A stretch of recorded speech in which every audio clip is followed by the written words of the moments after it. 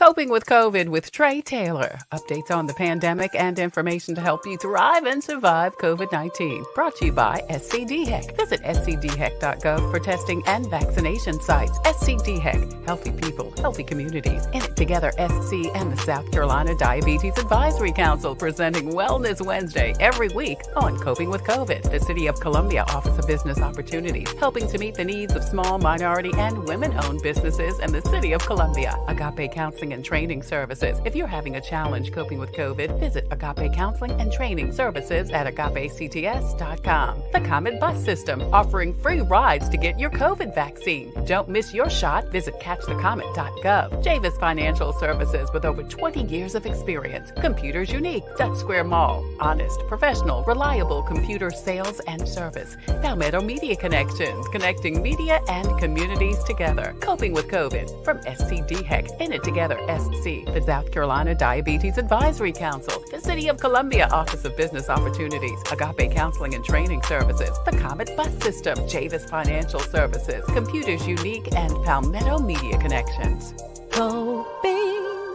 Coping with COVID with Tre Tailor.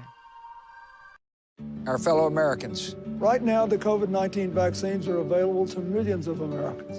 And soon, they will be available to everyone. The science is clear. These vaccines will protect you and those you love from this dangerous and deadly disease. They could save your life. So we urge you to get vaccinated when it's available to you. That's the first step to ending the pandemic and moving our country forward. It's up to you.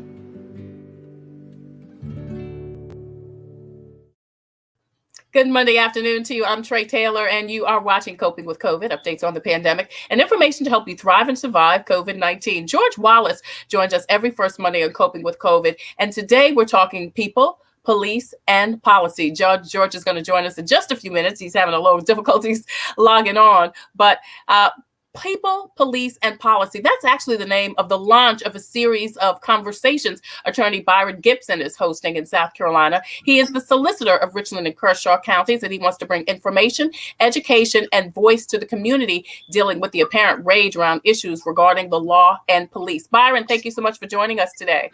Thank you for having me, Tre.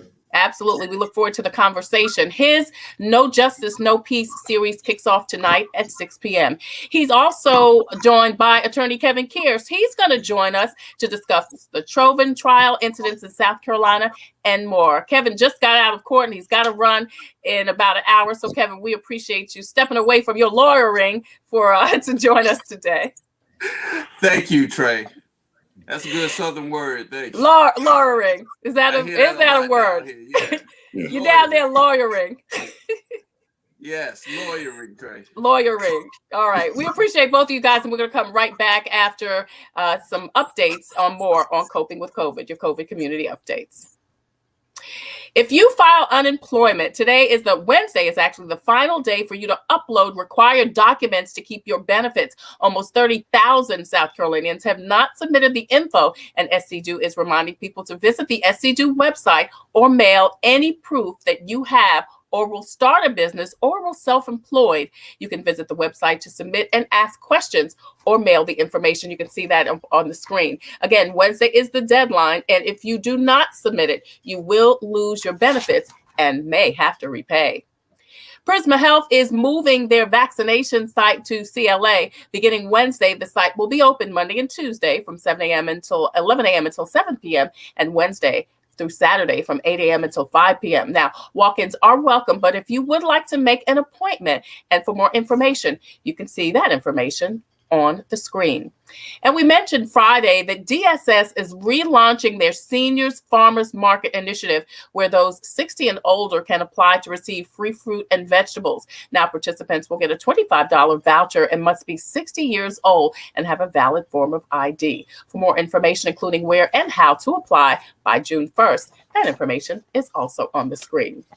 SCDHEC has your most up-to-date list of times, dates, and location for COVID testing, also COVID vaccinations, and the flu shot in South Carolina. Visit scdhec.gov for more information. If you want information about testing, you can go to gogettested.com. You can get appointments and various locations throughout the state and results in 48 hours. The DHEC Care Line is still open and available to give you information about testing, vaccines, and organizing a COVID screening in your community. Also, transportation to get a test. Now, speaking of transportation, if you are immobile and live in Richland or Kershaw counties, you can actually get in-person COVID screening. All you have to do is call 911 for more information.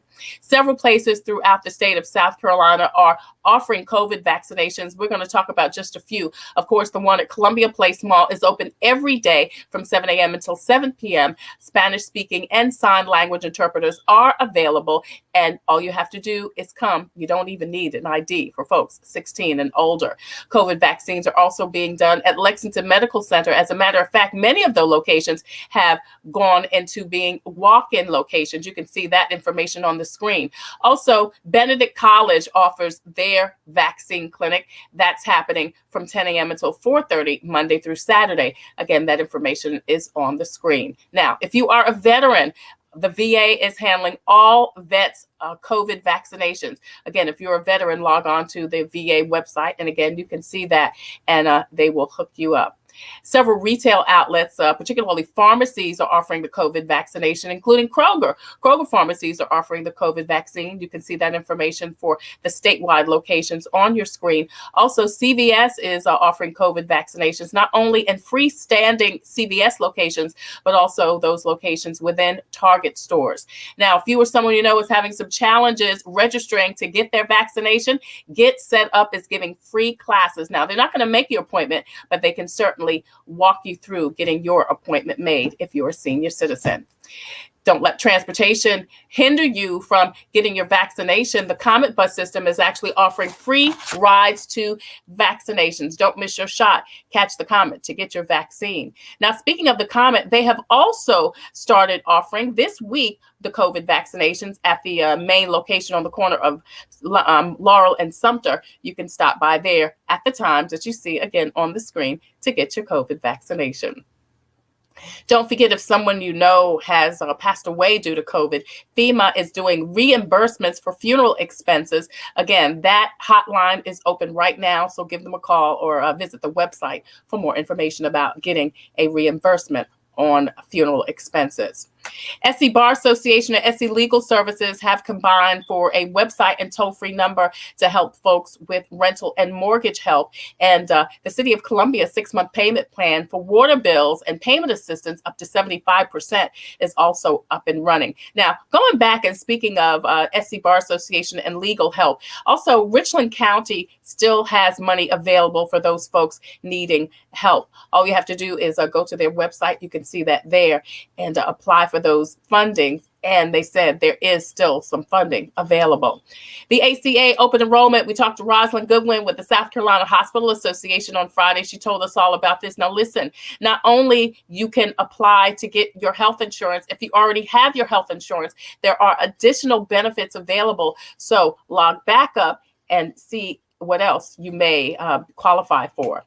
The Black Lives Matter Scholarship Fund is still giving out funds. They've got $3 million to help African Americans during the pandemic. Special consideration for those in the transgender or formerly incarcerated communities, plus single parents and guardians. And finally, the Child Abuse Foundation in Camden is doing a series of plays, and they are auditioning. That's right. The Family Resource Center are auditioning for these special plays, and auditions are taking place this week. Again, that information is on the screen. You're watching Coping with COVID, updates on the pandemic and information to help you thrive and survive COVID-19. Listen, we are streaming live on the TailorMade Productions page. That's the home of Coping with COVID. Would you please go over there and hit like and share? Not only will you be able to watch Coping with COVID, but you can also get all of your COVID-related updates. So many great resources available on that Coping with COVID page. In addition to that, we're streaming live on YouTube. I want to say hi to all of you YouTubers. Thank you so much for watching us. Please hit the subscribe button. We also have a presence on Instagram and on Twitter. Listen, want to remind you, you can post and share this information out so we can get this message to the masses, because this is going to be a great conversation, I know, today. Legendary comedian George Wallace joins us every first Monday, and this is a bit of a different conversation than our typical Fun Day Monday, but George is very politically and socially active, just not technologically, so he's still going to join us.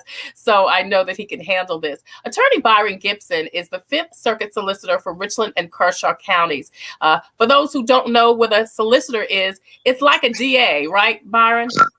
That's correct. We just use the old English term of solicitor, but it is the DA, the district attorney. It's the state's attorney, depending on where you may be from. But that's our role.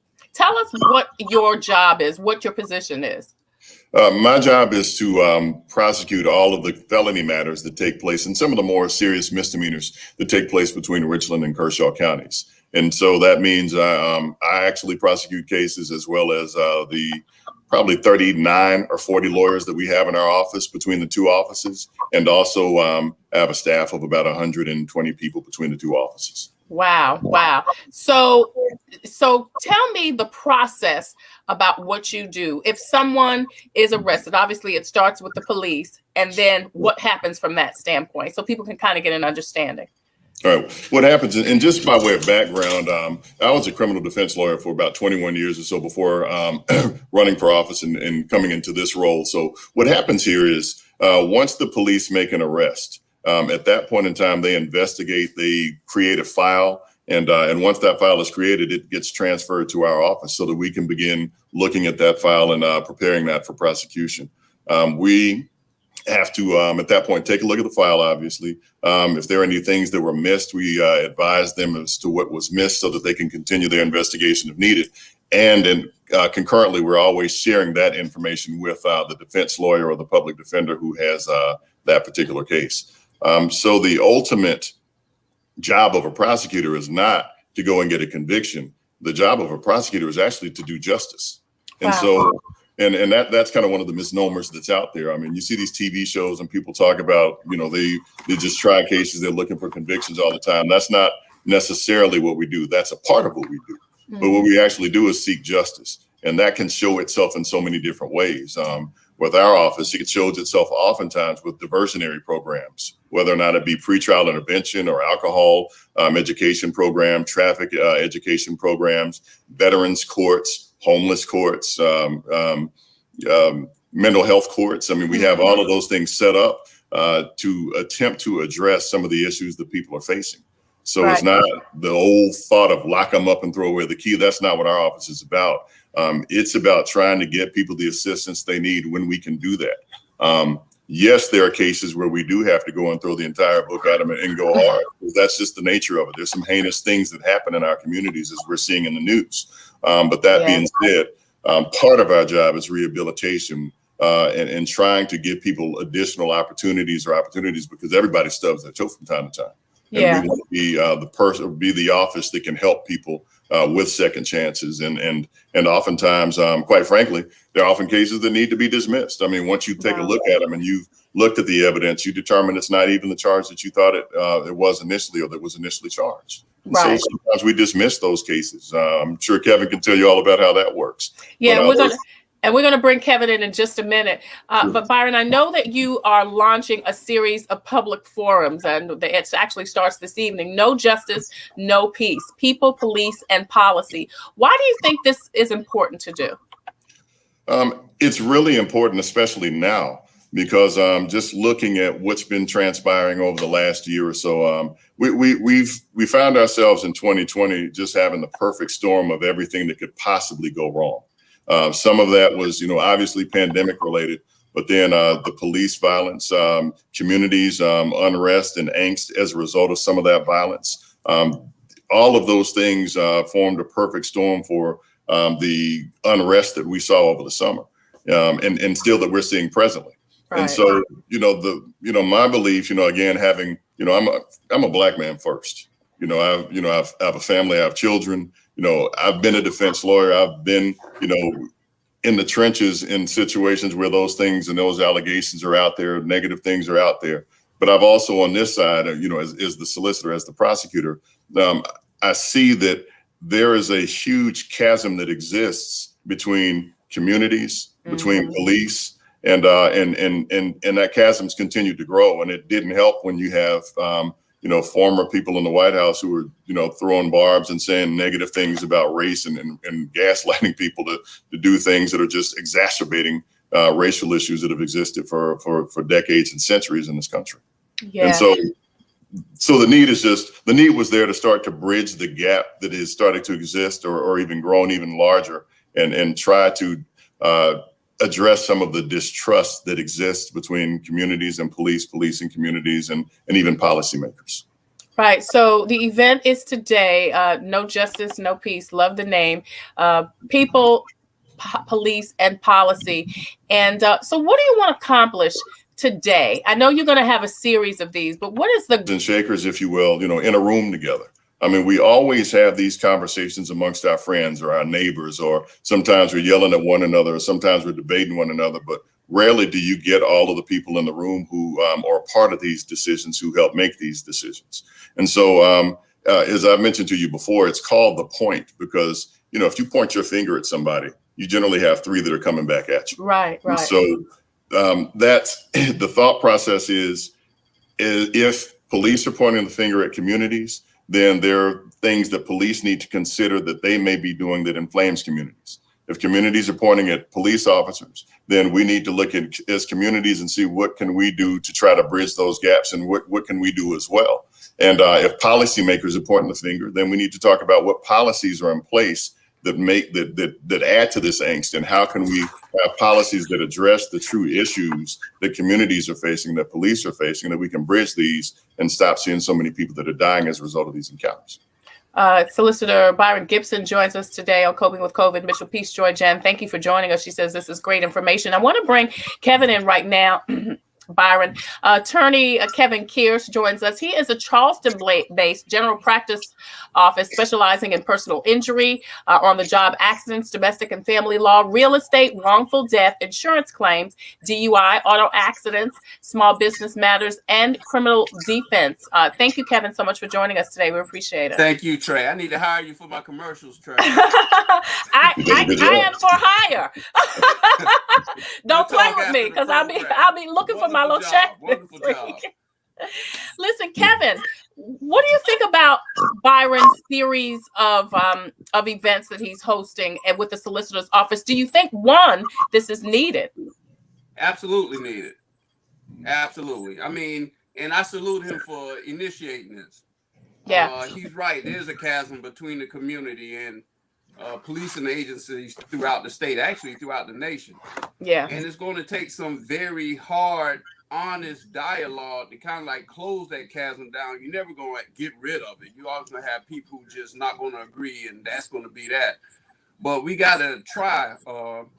The law enforcement agencies need to be able to lean on the community. And of course, the community needs to be able to lean on the law enforcement agencies. And you can't do that without trust.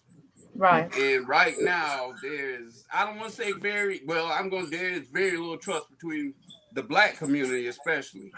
Yeah. And many law enforcement agencies. Yeah. And that goes both ways. Yeah. So, Byron, what's going to be covered today at your No Justice, No Peace, The Point?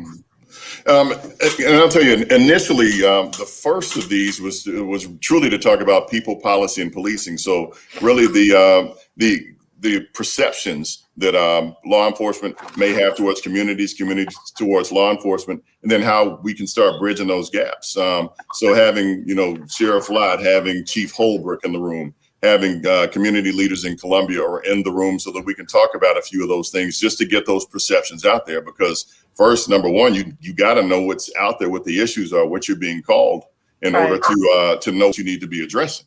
And then we'll also bring in policymakers, because my belief is, as we have this unrest that has taken place, and rightfully so, the peaceful protesting that's happened, rightfully so, that needs to happen.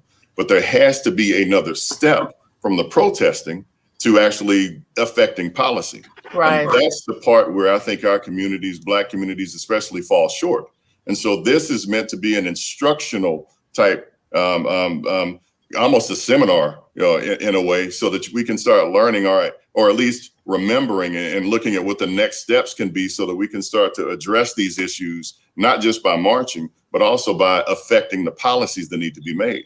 So that's why you have representatives in that room who would include us, Representative Rutherford, Representative Rose, Representative Gilda Cobb-Hunter, Representative Wendy Brawley, and others will be present as well. This is actually in Representative Chris Hart's backyard. He'll be a part of it as well.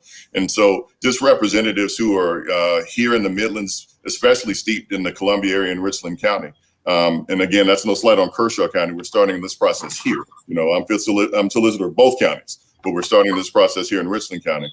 But it is, this is an opportunity to talk and have these conversations with policymakers as well, so that people can understand what we have in place as law and some of the laws that we actually do not have. We're not New York. We're not California. We're not Colorado. We don't have for instance, a hate crime, set of hate crime bills in South Carolina on the state level. You have it on the federal level, but not on the state level. We don't have an excessive force statute or a use of force statute that speaks to police brutality and police death of citizens at the hands of police. We don't have that. Those are things that 41 or 42 other states have. South Carolina doesn't. And so as a prosecutor, as I look and see some of the things that are happening, we don't have some of those tools to prosecute as effectively as we could if we had those tools. So how do you change that? Change the policy. Right. That's what we need to talk about. I think that makes so much sense, because people do think, maybe they've been in other states or hear what other states are doing, and they think, well, why can't we do this if they're doing this in this state? And I do believe it's because lack of knowledge. We just don't know from the lawmakers. We don't know what's going on at the State House. Now, do we want to know? Kevin, I mean, you can chime in here. It's easy to say what should happen, but it's another thing to be fully educated and engaged in the political process, so that not only we know what should be done, but we know what can be done. That's true. That's true, Trey. But I'm gonna say this: it's disingenuous to think that African Americans in this state are being included in the important conversations in the State House, and not just the State House, in the municipal buildings, in every place where they make policy, rules, and regulations. So, and I mean, a lot of the names, and again, I salute Byron, Attorney Gipson, Solicitor Gipson. I'm sorry. We know one another for years, Kevin. I take note. Man, but I got to give you props. For what he's doing, because it's needed. But you have to have a very honest dialogue about what's going on out here. That's right. And the Black community in South Carolina and around this nation just has not been included in areas where they can give their input about what's going on with policing and the community at large, especially the Black community. So those doors need to be open, and there are people who are yet to be named that need to be included from the other side in these town halls, because they need to be heard and they need to hear. And you're going to have to tear the scab away and deal with the real infection, and unless those people are willing to be a part of the conversation, it's always going to be a need for marching and protests and things of that nature, and the possibility of riots. Well, you know what, Kevin, a couple of things I want to chime in on, and Byron, feel free to jump in. One, I mean, you say we don't have a seat at the table. Well, two things I'll say to that. We vote people in that are supposed to have the seat at the table that represent us and what we feel. But we got to vote. We got to be engaged in the process in order for us to be engaged. Here's the other thing. Even if I don't have a seat at the table, that doesn't mean I can't find out what's going on at the table. I still have to be an active participant. I still have to be an active participant.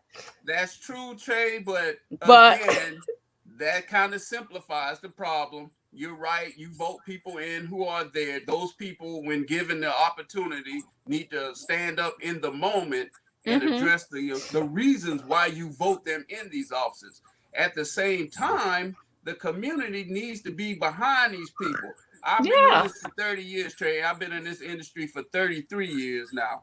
And when things get tough and you out there fighting and you think you got the crowd behind you and you look back and the crowd is gone and you out there by yourself, it's a totally different type of battle. So everyone needs to be trying to get to the table, but there needs to be a pathway to that table. And the way it appears now, Black people are going to continue to have to trailblaze to get to that table. Well, I think that being said, I don't disagree with you there, Kevin. I agree, but I think this is kind of one of those jumping off points where we can start to have some real conversations and informing people about stuff that frankly people don't know. As you know, these days, a lot of folks go straight to the internet and do 6-7 minutes of research and become experts.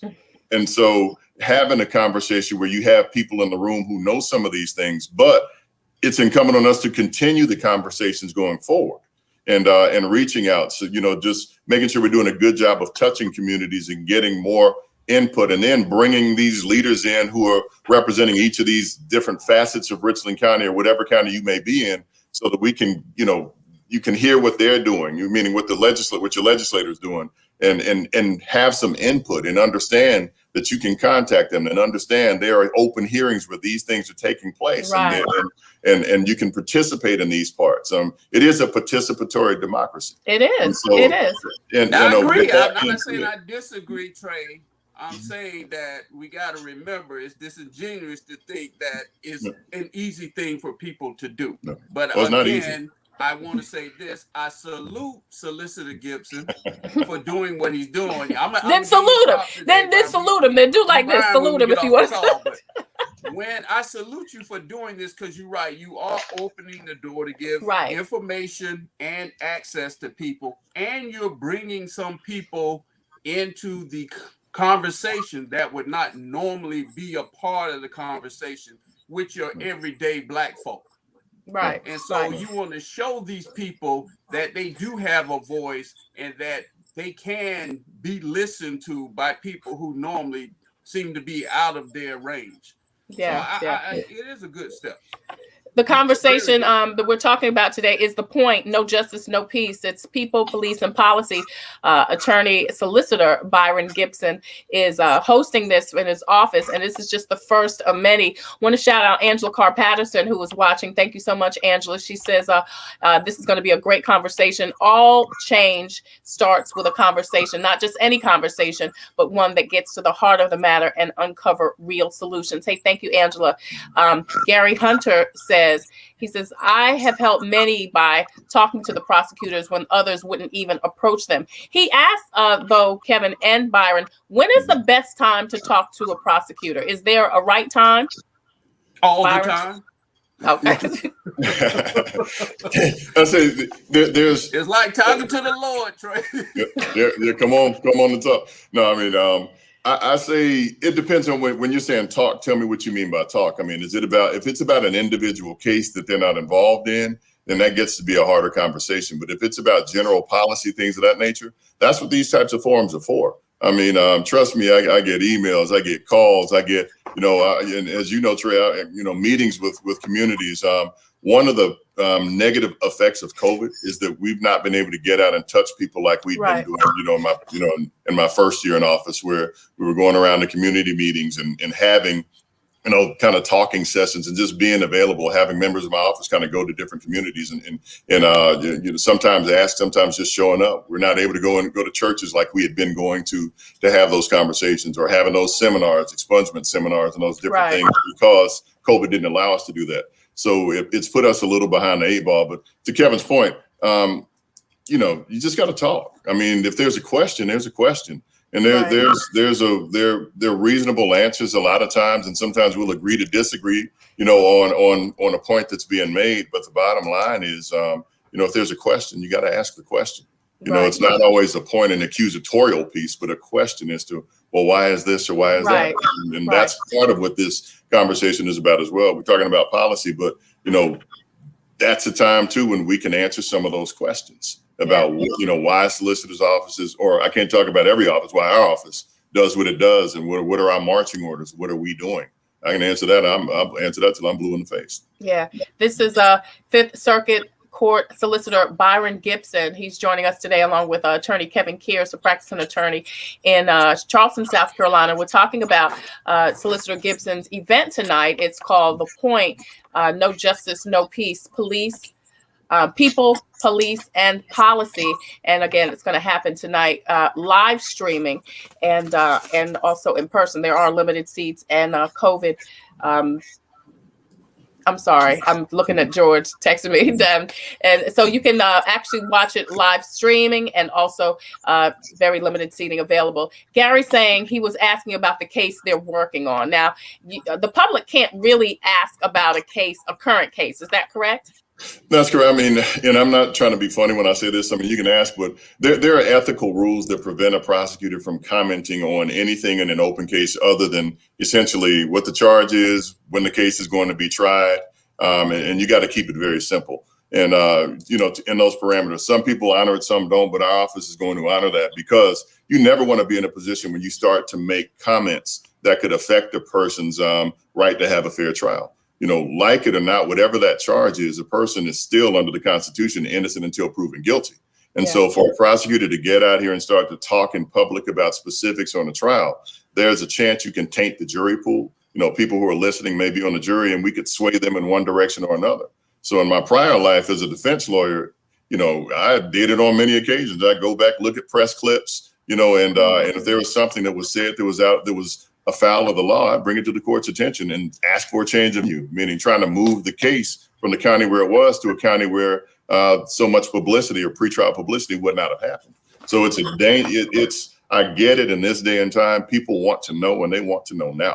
Yeah. But there's still a canon of ethics. There's a group of rules that confines what I can say, what my office can say, and how we say it until after that trial is over. Trey, Kevin, did you want to? Mr. Hunter, Freedom of Information Act, my brothers. So you can send that in, make your request, and whatever can be sent to you underneath the umbrella of the Freedom of Information Act, otherwise known as FOIA. That is one way. It's more of a unilateral way of communicating, but such it is if you want to know something about your case. But and how do people access that information? Or know something about somebody else's case. I'm sorry, Trey, I didn't mean your case. I mean, you just I think the FOIA letters or Freedom of Information Act boilerplate letters are actually on the internet and accessible from the internet.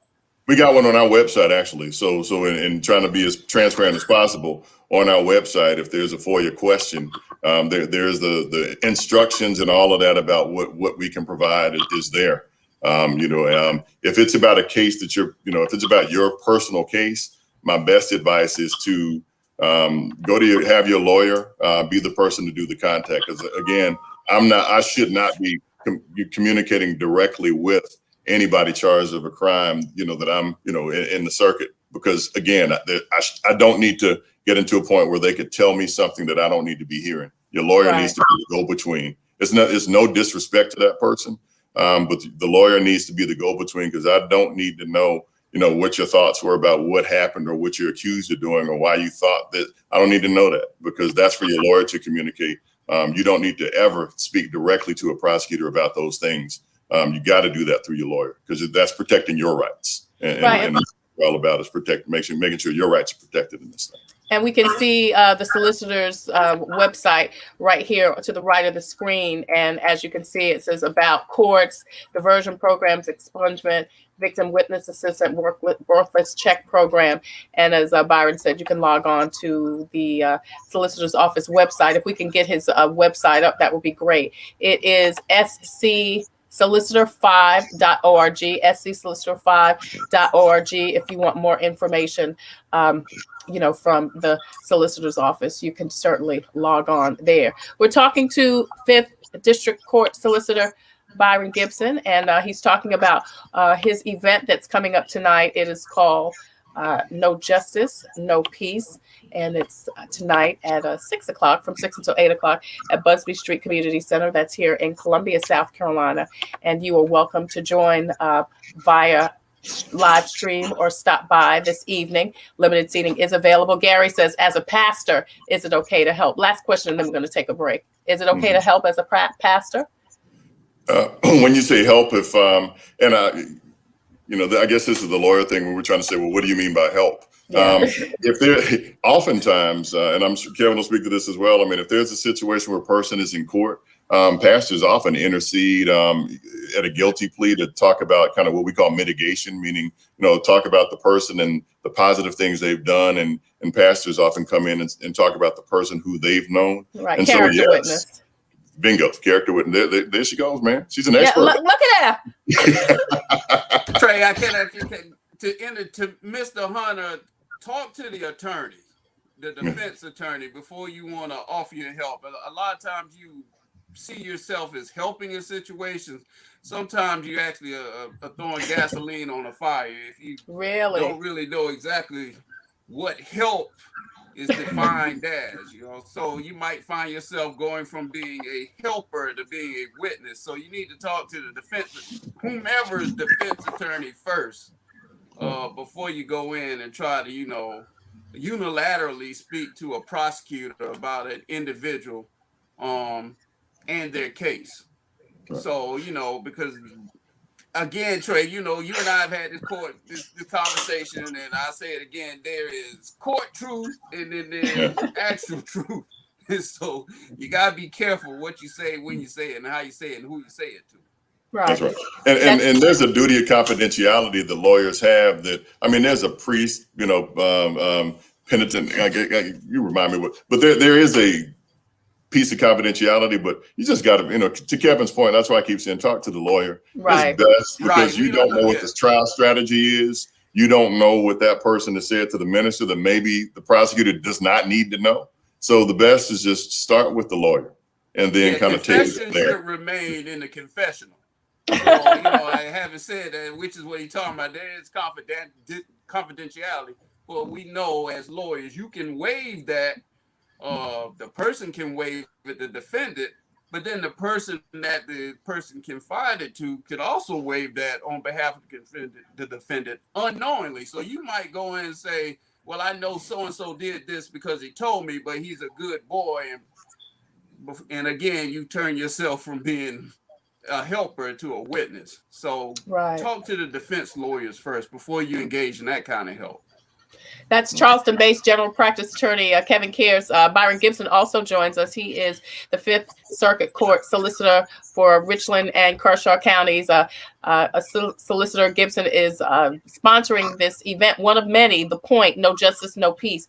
That's tonight from 6 to 7:30 in Columbia, South Carolina. It will be streamed live on their page and also on the House of Harley page. So please check that out for more information. We're going to come right back with attorney Byron Gipson. Attorney Kevin Kearse going to try to get George connected. He said he's having some connectivity issues. He's out in LA now. He's left Atlanta. He usually joins us from Atlanta. So hopefully we'll be able to get him on. We're going to talk more about people's rights, what people should do. And then we're going to talk a little bit about a recent case in Columbia, South Carolina that had to do with this viral video. I didn't hit you. There's a difference between pushing you. You were the aggressor, buddy. You're aggressive on their neighborhood. Someone came running. Walk back. You better walk away. We'll talk about that and more coming up next on Coping with COVID. I'm Tre Tailor.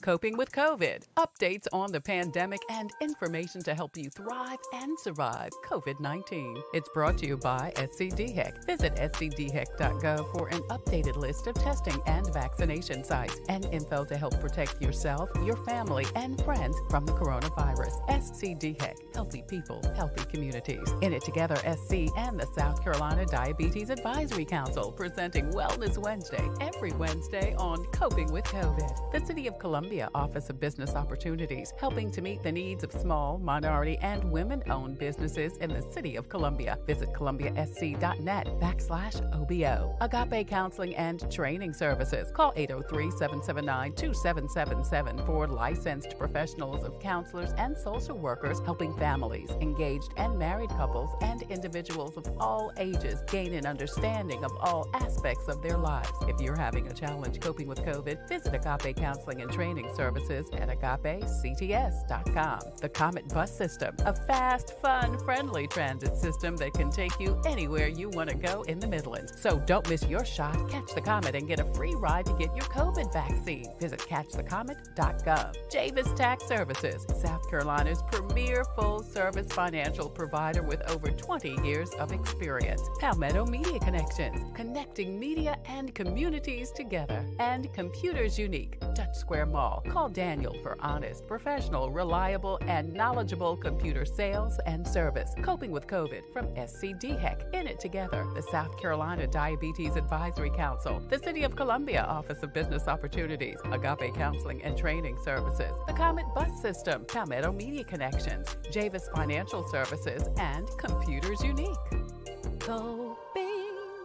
Coping with COVID with Tre Tailor. The Comet gives me a reliable source of transportation. It's very convenient to me, and they have wonderful drivers. It's clean, and it builds community. It's fun to meet people. It makes me feel like really independent. It's just fun. It's always going to be there, and it gets me everywhere I need to go. We try to ride every single day.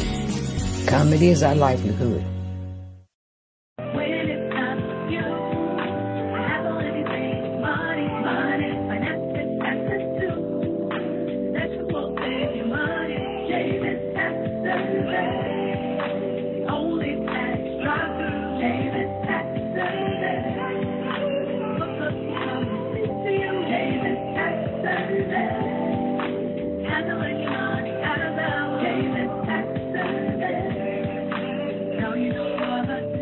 Visit Javis Tax Service today, 803-419-1001. Computers, they're a part of our everyday lives, but when they're not working, they're an everyday problem. So call Computers Unique, your everyday solution. 803-351-5821. Is your computer running slow? Won't turn on? Do you need a screen replaced? Or maybe you just need another computer? Well, Computers Unique is your one-stop shop for all your computer needs. They have a wide variety of new and pre-owned PCs, Macs, and tablets. So call Computers Unique, Dutch Square Mall, 803-351-5821. 803-351-5821. Hi, I'm Kareem Abdul-Jabbar. Because of the COVID-19 virus, we have had to learn new ways to be together. We've had to find new ways to communicate. We have to find new ways to play. And we have to find new ways to keep each other safe. For myself and my family, I'm going to take the COVID-19 vaccine. To learn more about the vaccine, go to cdc.gov. Let's do this together. Good afternoon. You're watching Coping with COVID, updates on the pandemic and information to help you thrive and survive COVID-19. I'm Tre Tailor. I want to remind you to post and share this information out. Great conversation we're having today with 5th Circuit District Solicitor Byron Gipson. He is hosting an event today. It's called No Justice, No Peace. The point: people, police, and policy. And he joins us today to discuss the event and some additional information. And Charleston-based general practice attorney Kevin Kearse also joins us. He specializes in a lot of things: insurance claims, wrongful death, small business matters, real estate, domestic and family law, DUI, auto accidents, criminal justice, and a partridge in a pear tree. And don't you get partridges? Are you still getting partridges out of here? They in there, Tre. I tell you. That's right. Partridge, pear tree, all that. You logged in hard for that contract, Tre. Was it the partridge in the pear tree? I think you got it. All right, I'll be looking for my money now. So, so before the break, we talked a little bit about an event that happened in South Carolina. But before we go to that, Byron, I want to ask, what's the biggest misconception you think people have about police, policy, your office, just the whole legal system? I think in more so now, I think in South Carolina, it's the fact that, or people have this belief that the solicitor's office charges people, investigates crime, and does all that stuff that you see on some of these crime shows. Right. That's not what we do. Police do the investigating. Police take out the warrants. Police, or law enforcement charges the crime. Then it's turned over to us to prosecute. You know, do we can act in an advisory role and explain to them what the law is, but they have to make the charges, and that's who charges. So, you know, sometimes people will come to me and say, well, you need to charge this person with this, this, and that. The police do the investigating. The police do the charging.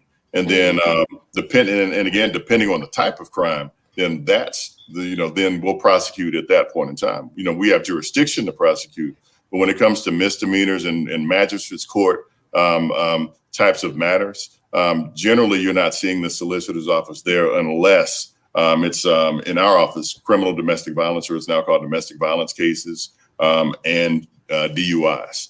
On a rare occasion, we're asked to come down and prosecute a case, and we'll do that on some occasions. But those are cases that are made by law enforcement, and we're asked to offer assistance with. Hey, Kevin, if people have a question or have a grievance, I know you wanted to kind of get information about the grievance apparatus. What should people do? Well, first of all, if you have a police misconduct grievance, most, if not all, law enforcement agencies have what they call an Office of Professional Standards training. And these days, the complaint process or the grievance complaint is actually online with, especially the larger agencies and even some of the smaller ones. You would be surprised. If they're not online, then you can go and usually have a grievance form or grievance complaint provided to you on the premises of the police department. So you can you should initiate the administrative side of your complaint process with that particular law enforcement agency through the Office of Professional Standards, also known sometimes as Internal Affairs. Now, in addition to that, SLED is charged with the obligation in the state of South Carolina, which is South Carolina Law Enforcement Department, which I know all of your listeners are not necessarily from South Carolina. Most states have a comparable law enforcement state agency. They're charged with the duty of investigating police misconduct. So you can, again, avail yourself of their procedure, whether that procedure is online, and it may be accessible online. Now you can go to the premises of SLED, you can mail, you can call them. They have districts, I'm gonna call them districts for lack of a better word, for the Charleston area. Walterboro is where they generally operate the Low Country headquarters. You can avail yourself to that particular headquarters. And I think the person who takes in, initiates, and charges the specific agent to go and investigate is the major. So you can make your complaint there.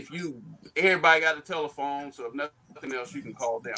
In addition to that, and try to speed this up, DOJ Department of Justice has a complaint process, and you should avail yourself of all three of these mechanisms. If nothing else, they're going to help you to fetter out your claim. They're also going to be a treasure trove for finding information and evidence. And so again, online, telephone, mail, they have a complaint process. It's a fairly long one, but it's worth filing those complaints. And they do send, when merit calls for, agents and officers and investigators. They do have a civil rights division that investigate these complaints up to death. So there's an apparatus that most people don't even use that compiles information. And I want to say this before we move on. People need to understand, I know we're talking about the criminal prosecution more so of police officers who have violated the law by violating people's rights. But these things are also part of the civil prosecution, which is mostly known, and even though you're getting a money judgment, you're not punishing someone. But you can also get equitable relief, like injunctions and things of that nature. So you're using these mechanisms to build that case, because any 1983 action is generally going to involve some kind of federal investigation, even for the smallest local police station. So the information is out there, the apparatus is out there. You have to, as Solicitor Gipson is starting the conversation, putting this information out in the public sphere, so you guys can do more than march up and down the sidewalk, drinking your water and eating your sandwiches, and actually avail yourself to a process and a procedure that is there to provide redress for these claims. Yeah, I would love to get you back on, Kev. Call a lawyer. Now you know. Right. Well, and I think Kevin's information is up on the screen, and I would love to get you back on, Kevin, because there are going to be some follow-up questions. Well, can I really get some help? How do I follow up? You know, things of that sort. So I would love to get you back on when we have some more time and really walk people through that process, because I think that is part of the problem. I think not only do people not know, they don't know how to do it. You know, I mean, it sounds simple, I think, for all of us. To your point, yeah. Yes, I agree. They don't know, or they going by the old popularized mechanism of we're gonna take it to the street and we're gonna march. And a lot of times and I'm not against marching at all. I'm not against, nonviolent protests or anything like that. But what I am saying is there are mechanisms in place for you to gain redress, where you just don't have to go and to some local activists and think that going on Facebook or some social media platform is the only way you're going to get things done. Yeah. And honestly, I hate to say this, I don't know how much that is affecting change. Byron and I had a conversation before about, there was a documentary about the Klan that I saw a couple of weeks ago, and they made a point to say at some point the Klan was so ostracized, they were looking at the Klan so heavy that they had to kind of dismantle. But what they told their members is infiltrate the police system. Now, you all become police and lawyers and, get in the system so that you can really show your Klan, you know what I mean? Show, really implement the Klan processes. The FBI has been documenting that for the last 25 years, I believe. Yeah. That's not a new trend. Yeah. Right. And so, and to that end, that's where it becomes crucial for us and for communities to have the same thought process. Not that we're out here spreading hate and trying to spread vitriol and hurt people. We're trying to get in there so the people who are community minded, who care about, what's going on, start to become part of the process. So you start running for office. You start, if you don't like what you're seeing with policing, maybe you should have the wherewithal, and you have the wherewithal to do it. Maybe you become an officer and start trying to work towards those things that you can affect change from the inside out, oftentimes better than you can from the outside in. And so if you have multiple people, all doing their thing in different ways, and they're doing it in a positive way, the prayer is that change is effected. For those who are older than all of us, they're probably shaking their head like, well, we've tried that. We've tried to do all of these things. We've tried to abide by the rules. We've tried to do this. We've tried to do, we've eaten our peas. We went to school. We got our degrees. We've done all the things that people told us to do. And yet and still we're in 2021 and we're still facing the same things or very similar things that we faced in the 40s and in the 30s and in the 60s. So what gives? And that's a question that's going to take a whole lot more than any of us, jumping and thinking about. But what it means is that we got to keep working, but sometimes we got to change our approach. And I think one of the approaches that we need to work on more is the policy side of that thing. That's just my thought, having been in this job and having seen it, that's an area that we can do more with. And we got to work other areas too.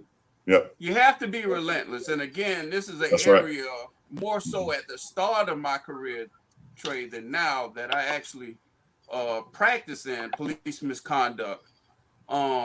So you have to be relentless. And when you say you have to change, I don't think you get rid of what you're doing now, because organizations like Black Lives Matter, they're doing great work.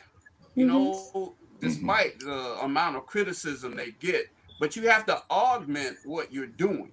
And he's right. You have to do what you're doing outside of the apparatus and do what needs to be done inside at the apparatus. And then you got to study what was done back when they were doing it.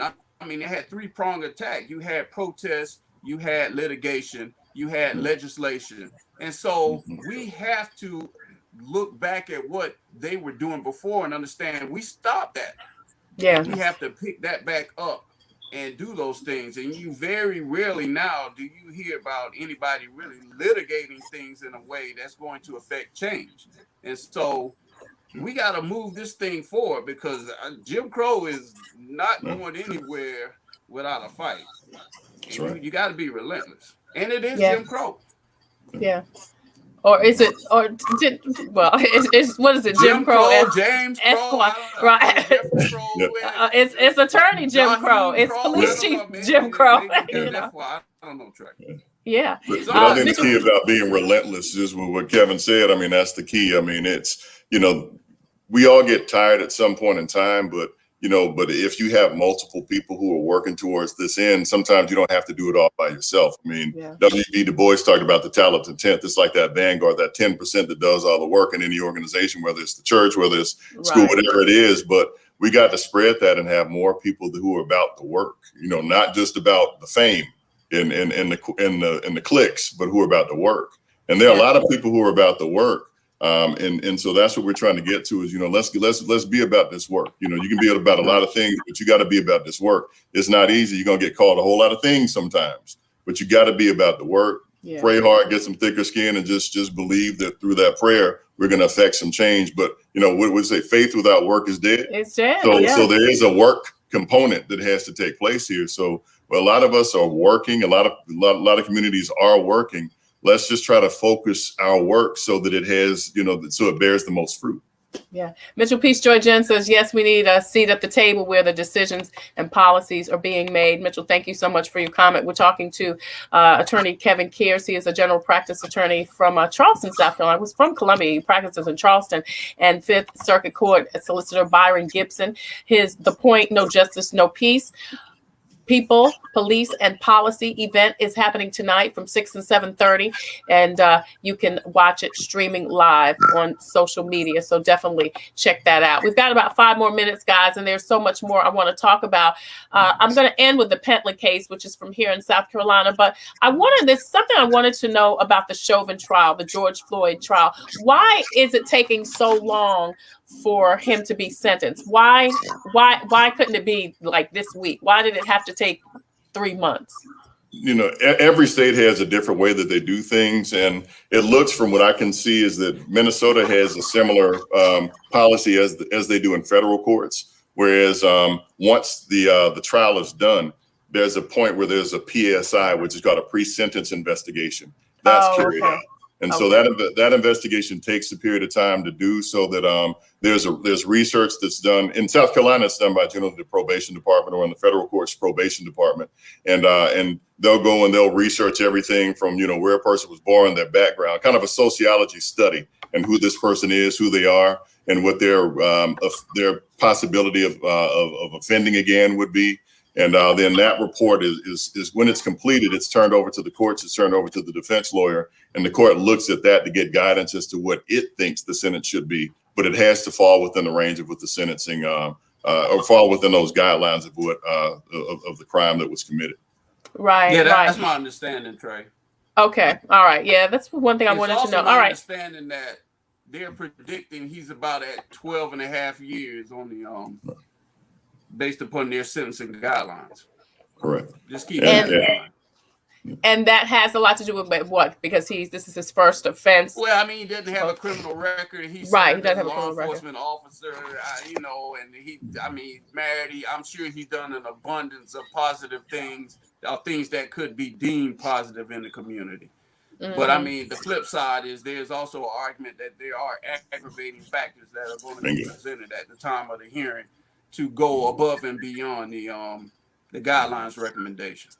That's right. And that was something that they did talk about. There were some motions that were filed that the judge referenced right before sentencing. I mean, excuse me, right after the verdict came back. And so there's a chance that they could go above those, above whatever the pre-sentence report is. And neither of us is a lawyer in Minnesota, but just based on what they talked about, it's similar to the federal system. They call it variances in South Carolina when it comes to the federal system. So it's something similar that depending on whatever comes back, if the prosecution can argue for more because he was a law enforcement officer. There are things that some aggravating factors, as Kevin said, that can place a judge in a position where he or she can go over that amount if they think that it's proper and fair, based on the circumstances. So that remains to be seen what they'll do there. Well, I want to respect both of your times, and I know, Kevin, you've got to go to court, and Byron, you've got to prepare for your event today. So we'll have to cut this conversation short. But Byron, I know that, and I'm excited about your making the commitment to come on monthly on Coping with COVID to kind of talk about things like this. And Kevin, I'd love for you to come on anytime you'd like to. You, Trey. Thank you. I appreciate it, Partridge. And we can real quick, yes, Trey, say something. Say something. Yes. That's being prosecuted. I think it's in magistrate courts. I don't know if there's any kind of conflict, but Pentland takes me back to Trayvon Martin. And you might say, well, what's the connection? It's when people outside of law enforcement try to find a way to elevate themselves from a status standpoint to obtain some kind of immunity. And that's where we have to be careful about where the legal trend is going. And, we're trying to push qualified immunity back down, and it's being pushed up by things like stand your ground, castle doctrine, things of that nature, where before you know it, certain people are going to obtain a certain amount of immunity when they operate in the community because they deem themselves to have, quote unquote, a special standing, which was the significance about the Trayvon case when the man called himself what neighborhood watch. And I try to explain that to people. He's trying to take himself from the average ordinary citizen to having a special quasi law enforcement officer status that's going to give him some immunity in his actions. So all these things, and I'm sure Solicitor Gipson and his discussions will cover, and anytime you need me, Trey, I'm right here. Okay. Thank you so much, General Practice Attorney. About those commercials, Trey, too. I'm gonna hound you about it. You can see Kevin Kearse's website right there on the screen. Give him a call or email him and talk to him about representing you in a case.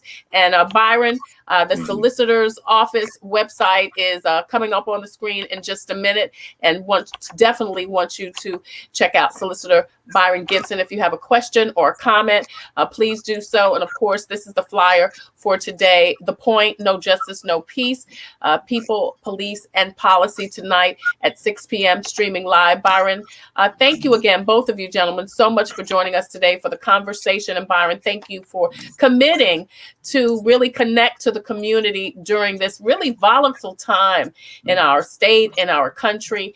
And hopefully, I'm just believing that these series of conversations will really not only inform and educate people, but make people more comfortable and knowledgeable about the laws that we just don't know about. And then if we are knowledgeable, then we can make, hopefully, better decisions. What did you want to say in closing, Byron? I was just going to say, just my last comment, because we talked about Pentland, that's a pending case. I'm unable to comment on that just based on those ethical rules that I mentioned. I cannot comment on that right now at this point because it's a pending case, in our jurisdiction. So ethically, I cannot comment on that. Right. Well, thank you for saying that. I'm not avoiding comment. I just cannot, based on the rules, comment on that case. Right. And we can appreciate that. As you said, it's an open trial. It's pending. And look, if it was our child, we wouldn't want you to say nothing either. So, I can comment, Trey. I can comment. Right. And we know that you will. That's what you're here for. Now, other prosecutors in other jurisdictions can comment on those things. Right. Office personally cannot because it's a pending case in the Fifth Circuit. Yeah. Trey, I understand. I gotta go, Kevin. But tell Jay stop getting his Wi-Fi at Goodwill. George. Yeah. George. Or trying to log on with a flip phone. I mean, Just gotta come to the 2021 to see what we can do. Technology out here. That bag phone ain't gonna work. Lord have mercy. I know he missed it because he loves talking about this kind of stuff. But it is Fun Day Monday with George Wallace, Kevin Kearse, attorney Kevin Kearse, and Fifth Circuit Solicitor Byron Gipson joins us. Hey, don't forget to log on and check out his event tonight, The Point, No Justice, No Peace. And you're also going to be on with Judy Gatson a little bit later on her Facebook. Do you know what time that is by? Yeah, I believe that'll be around 4:30 today. And okay. Kick things off in earnest over at the Busby Center right at 6 o'clock. All right. We got a lot to chew on in a short period of time. So again, this is the jumping off point. This is a starting point. We'll talk about the relationship piece. Then, because of the Chauvin verdict, we're going to take a hard turn and go into the ramifications of that verdict for a little while. And again, understanding we can't chew on everything, right now because there's so much. But we want a series, where we'll do this more frequently so that we can continue to talk. But this begins a series of conversations that needs to happen.